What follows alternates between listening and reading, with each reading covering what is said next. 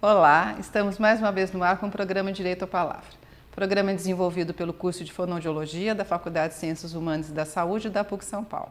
Como já sabem, o programa vai ao ar toda semana e traz convidados que nos têm algo a dizer sobre a comunicação e os distúrbios da comunicação. Nosso convidado de hoje é o professor da PUC São Paulo, fonoaudiólogo, Luiz Augusto de Paula Souza, nosso amigo Tuto, formado pela PUC São Paulo, com mestrado em distúrbios da comunicação e doutorado em psicologia clínica. É professor titular da Faculdade de Ciências Humanas e da Saúde da PUC São Paulo. Tem experiência no campo de linguagem e de suas relações com os afetos, atuando principalmente nas áreas clínica de linguagem, clínica e subjetividade, inteligência coletiva, tecnologias da inteligência e saúde coletiva. Tuto, a gente tem muito prazer em recebê-lo no nosso programa. Então, vamos começar pela inteligência coletiva. Né? Fala um pouco para a gente o que é inteligência coletiva. Então, primeiro vamos brincar um pouco com o conceito, né? A rigor seria quase uma redundância falar em inteligência e coletiva. Certo. Até porque, do nosso ponto de vista, a inteligência é sempre coletiva. É que, na verdade, a gente teve na psicologia do desenvolvimento, enfim, nas áreas cognitivas, né, do estudo cognitivo, a ideia que foi prevalente, dominante durante muito tempo, de que a inteligência era uma questão interna do funcionamento cerebral, ou inata ou adquirida, mas individual. Né?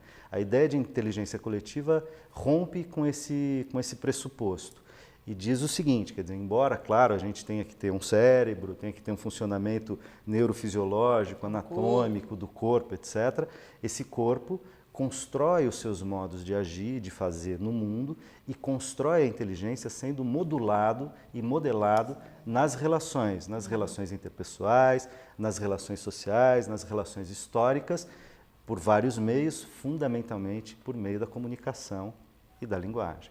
Né? Então, a inteligência coletiva se transformou num campo de estudo de várias disciplinas, né? De disciplinas que estão ligadas ao campo da psicologia, ao campo da filosofia. Um dos expoentes aí nos anos 90 e 2000 é um francês filósofo chamado Pierre Lévy, que inclusive escreveu um livro que chama Inteligência Coletiva. E você tem estudos no campo neurocientífico, da neurobiologia e também na fonoaudiologia, né, mais devagar, mas na psicologia, na psicanálise, enfim, essa ideia de que a inteligência tem uma grande parte da inteligência produzida na relação com o outro, é produzida no campo dos afetos, quer dizer, dessa capacidade humana de afetar e ser afetado pelo mundo, pelas outras pessoas, pelas ideias, e aí se moldar como sujeito. Você tem feito pesquisas nessa área aqui na PUC São Paulo? Sim, sim. Quais são as pesquisas? Eu tenho feito várias pesquisas nesse campo e orientado pesquisas nesse campo. Né?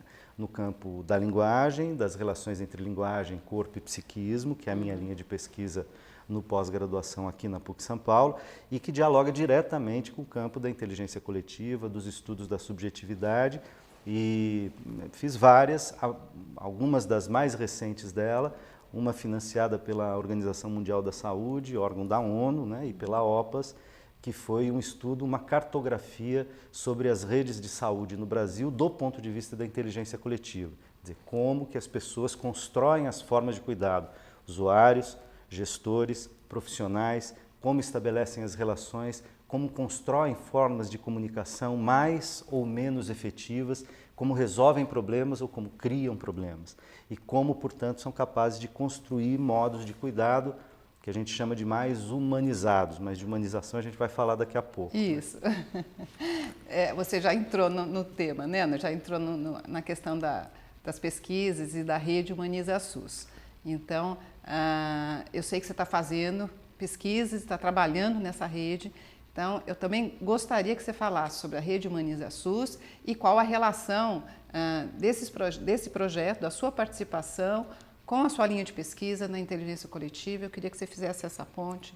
Então, com a inteligência coletiva, na verdade, eu comecei a tomar contato com as questões, os estudos e as pesquisas da inteligência coletiva aqui mesmo na PUC, num laboratório que o professor Rogério da Costa, do Programa de Comunicação e Semiótica, um filósofo, construiu lá em 2003, que chama LINC, Laboratório de Inteligência Coletiva, que reunia pessoas das mais variadas áreas da PUC e de fora da PUC para estudar os fenômenos da construção coletiva da inteligência.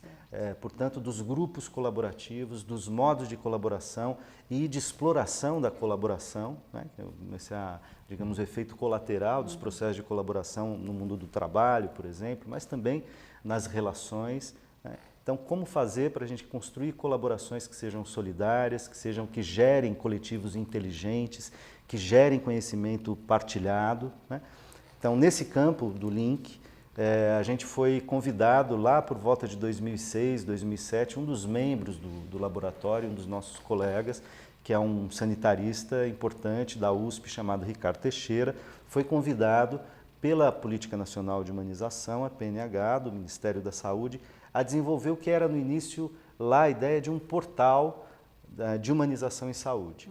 E o Ricardo trouxe esse debate para dentro do LINC, falando, olha, me convidaram para fazer isso, eu nunca desenhei uma plataforma na web, na internet, e a gente começou a discutir, falando, pô, em vez de fazer um portal, vamos fazer uma rede de colaboração e de debate sobre o SUS na web.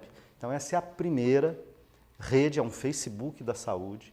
Certo. Hoje tem mais de 40 mil usuários ativos, entre usuários, gestores, profissionais, interessados, alunos de vários cursos, inclusive da fonoaudiologia, da medicina, da psicologia, professores, enfim, que entram, pesquisam, debatem, postam, fazem suas discussões e divulgam seus trabalhos naquilo que a gente chama de RHS, né, que é a abreviação de Rede Humaniza SUS. Então, a Rede Humaniza SUS foi uma oferta, é assim que a Política Nacional de Humanização do Ministério da Saúde chamou a Rede Humaniza SUS.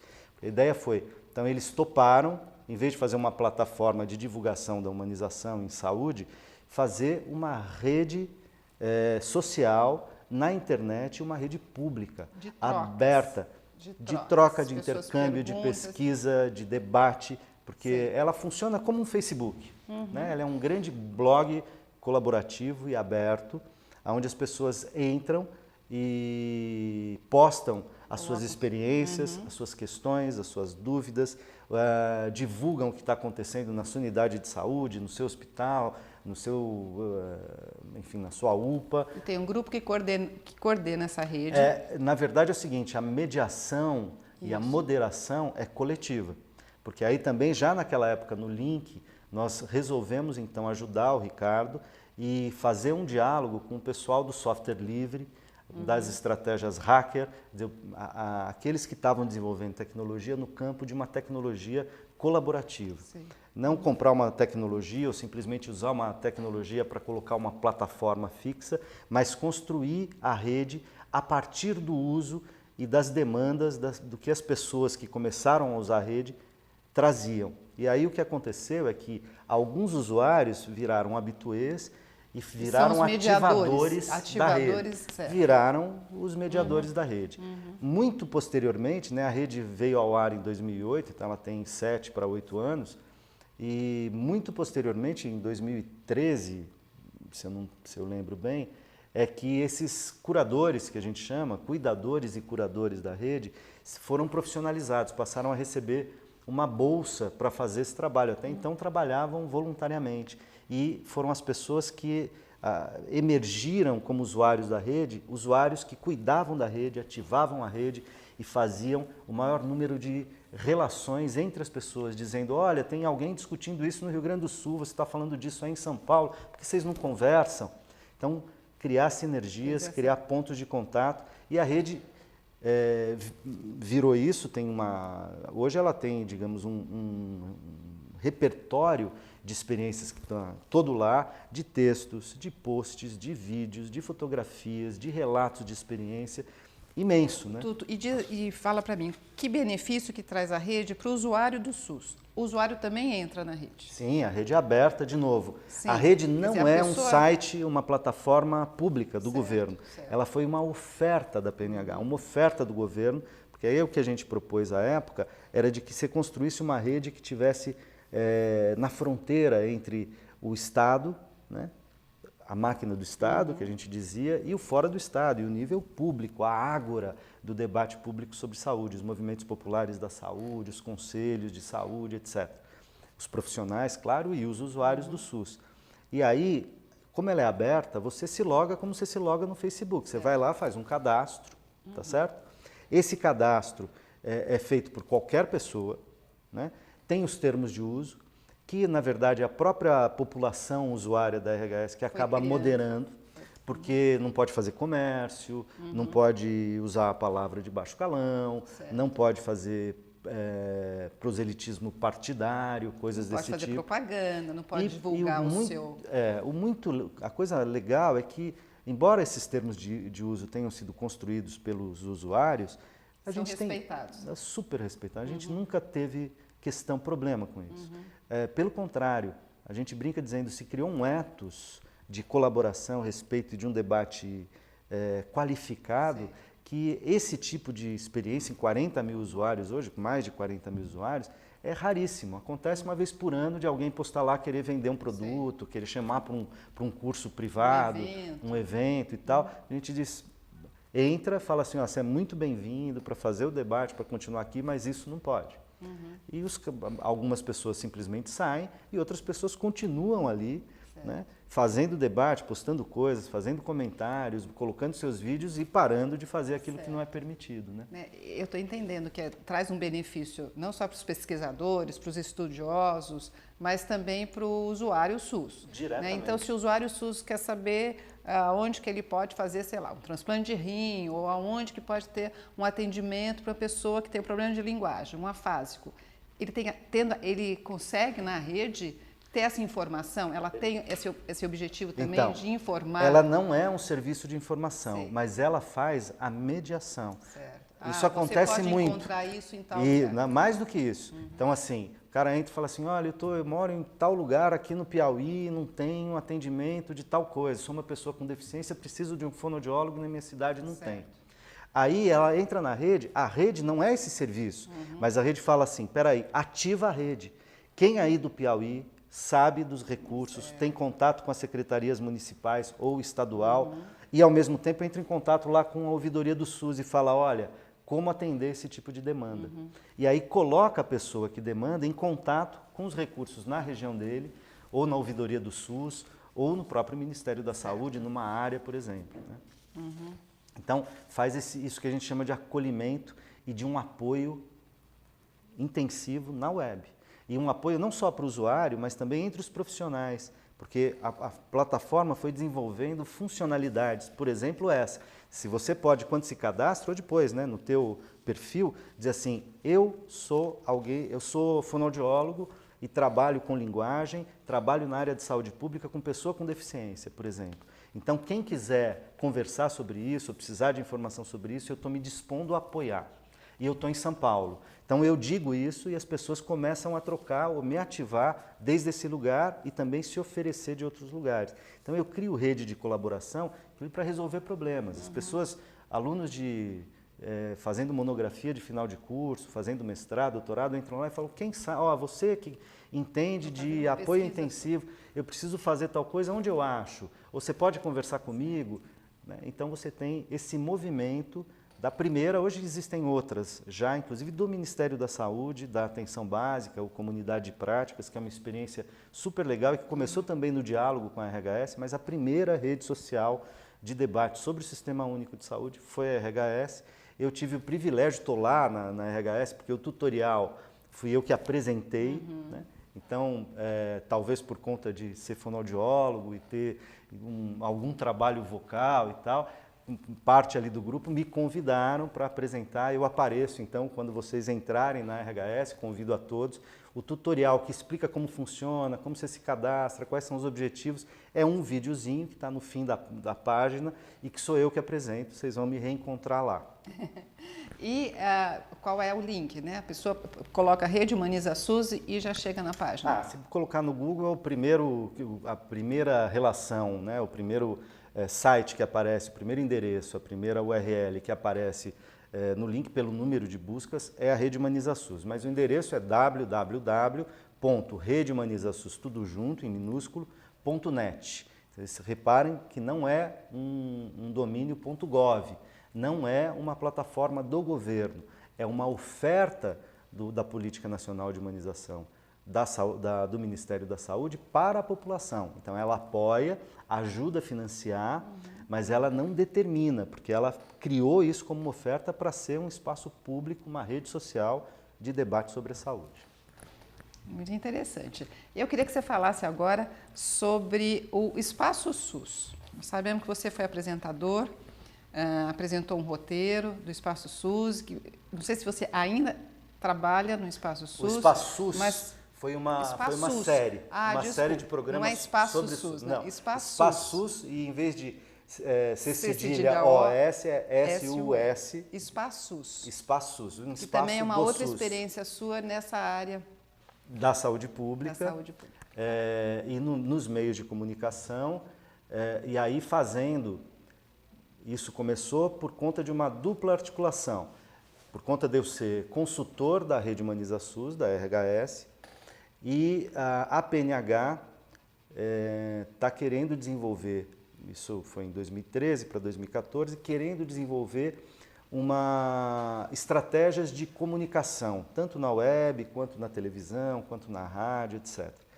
E como eu faço um trabalho na rede TVT de televisão, que é a primeira e ainda a única, infelizmente, canal de televisão aberto, cabeça de rede que a gente chama, né, na TV digital, que não é uma retransmissora, que não é uma afiliada, é um canal de televisão aberto, concedido a algo que não são as empresas privadas ou igrejas ou eventualmente governos, né, municipais, estaduais e tal. É a primeira concessão dada para os movimentos sindicais e para o movimento social por meio da Fundação Cultura e Trabalho.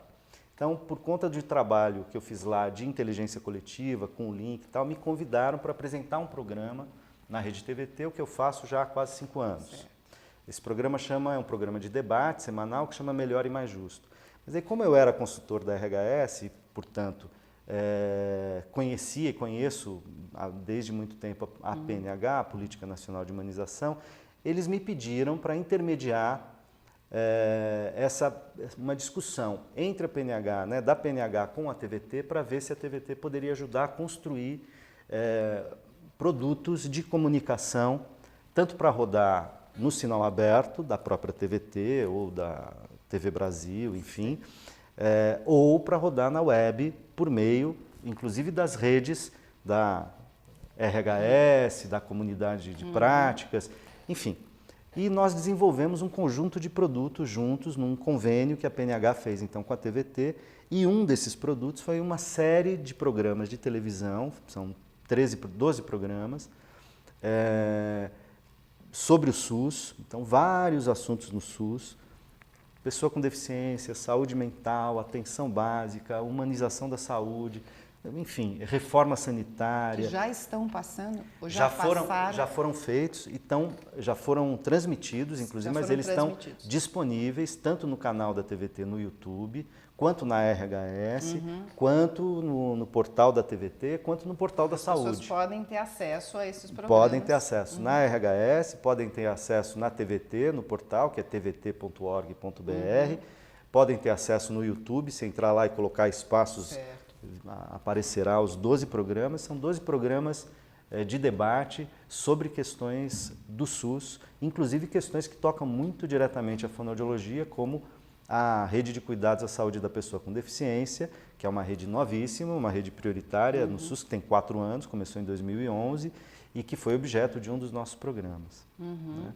Então, essa foi uma outra experiência, digamos, no campo da comunicação, da inteligência coletiva, da qual eu participei, tanto como apresentador, como roteirista. Eu fui um dos roteiristas, junto com a Isabela Chedid, que é uma roteirista jornalista da TVT, que fez os roteiros junto comigo do Espaço SUS. E são programas de entrevistas, são programas... Programas de debate. De debate. Programas de debate, sou eu, uma mesa de... os temas, que talvez... Então, dos 12, vou lembrar de alguns. Certo, então, saúde mental é um tema, apoio intensivo, outro tema, política nacional de saúde mental, a função apoio dentro do sistema de saúde, que é uma estratégia de qualificação, de educação em saúde, de qualificação do trabalho de saúde na ponta, nas unidades de saúde, etc.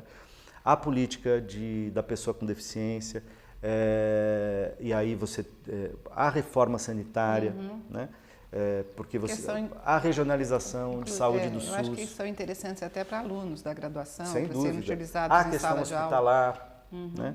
Então, políticas para os hospitais. Então, você teve um conjunto de temas que eram, então, demandados pelo Ministério da Saúde. Então, a PNH tinha lá um conjunto de temas que ela já tinha levantado, né, ao longo de vários anos, que eram questões de interesse da população, dos usuários, porque eram então o que eles perguntavam, dúvidas que tinham, que demandavam ouvidoria, além de serem questões para os próprios profissionais e tal, que a PNH queria ver discutidas em produtos que ficassem, né, podia passar na televisão, mas também ficassem à disposição para serem usados por profissionais, pelas universidades, pelos usuários, enfim, né, ficasse disponível. São programas informativos. Eles são programas de debate, mas claro, são informativos também, quer dizer, são temas selecionados pela PNH, que vendo ali como os usuários, os gestores, os profissionais pensam e que coisas que eles querem discutir, então demandou para a gente construir roteiros sobre 12 temas que a gente foi desenvolvendo ao longo de um ano, né, sobre vários temas.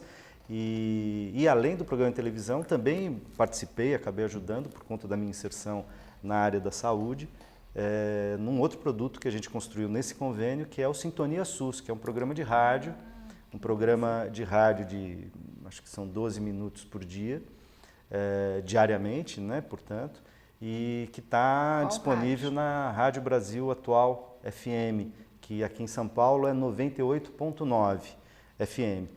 Mas também fica disponível no site da Rede Brasil Atual, que é redebrasilatual.gov.br, e lá você consegue ver os programas passados, e aí são 50 e tantos programas de rádio sobre temas de saúde especificamente. Aí vem desde de campanhas de vacinação, a questão da dengue, situações pontuais de certas regiões do Brasil, até temas mais gerais, como, por exemplo, parto humanizado, né? Enfim, uma série deles. São programas de entrevista? São programas de entrevista de 12 minutos. Não, eu ajudei a roteirizar esse programa e construir o formato.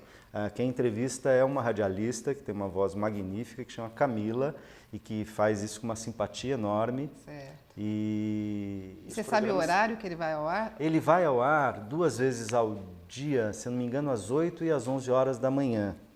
Mas ele está disponível na web, né? No site, tanto no portal da TVT, quanto no site da Rede Brasil Atual. Então, nós temos 3 minutos, nós estamos terminando a nossa entrevista, o nosso programa. Tuto, eu queria que você falasse um pouquinho da Política Nacional de Humanização, porque você citou muito a política, e falasse um pouco da fonoaudiologia e dos programas da fonoaudiologia da PUC que foram desenvolvidos nesse período junto ao Ministério da Saúde. Pelo fim. Tá certo. Pela fonoaudiologia, quer dizer, a fonoaudiologia, eu acho que no Brasil e aqui na PUC muito em particular, nos últimos anos, entendeu, acho que finalmente, felizmente, entendeu que o desenvolvimento da área passa por ela se aproximar e ajudar a construir e a desenvolver as políticas públicas de saúde no Brasil.